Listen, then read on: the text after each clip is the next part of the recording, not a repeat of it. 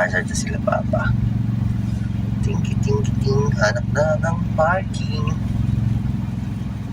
Dito kaya. Tran.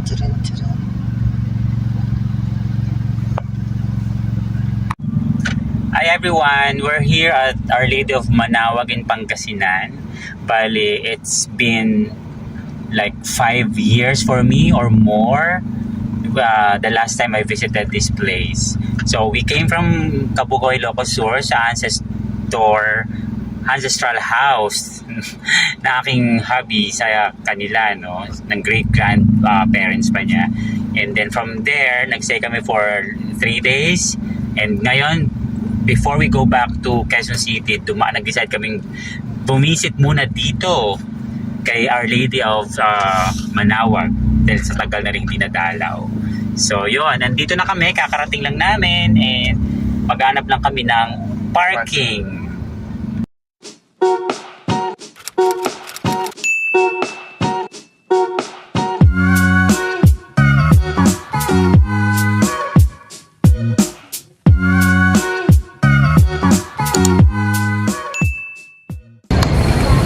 At ito nga, papasok na kami sa loob ng simbahan at medyo mainit ang panahon ngayon dito.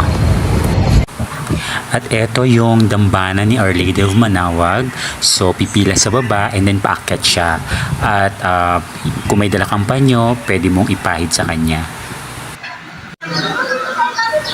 At syempre, hindi mawawala yung area kung saan nandito yung replica ni Our Lady of Manaoag.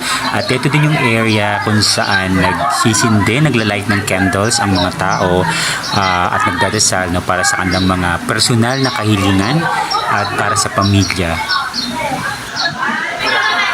Meron ditong nabibili na kandila sa halagang 6 pesos at iba't iba ang kulay niya, depende sa purpose ng iyong kahilingan o ang iyong dasal.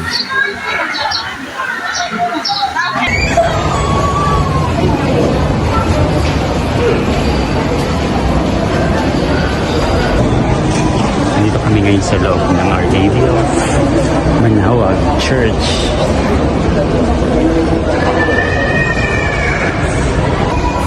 Napakalaki pa rin at napakaganda ng simbahan na ito mula nung last na nakadalaw ako. Ito naman yung daan papunta sa gilid palabas ng simbahan. Sinasabi ng hubby ko na naka-amen daw yung kamay ni Calix.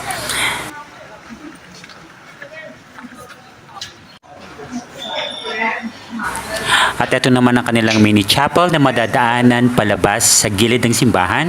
At ayun nga, nauna na ang aking hubby, karga-karga si Calix. At eto, nasa labas na ulit kami ng simbahan, papuntang parking at sobrang init talaga ng panahon. May madadaanan din kayong mga religious articles at mga images paglabas ng simbahan. That's it for now!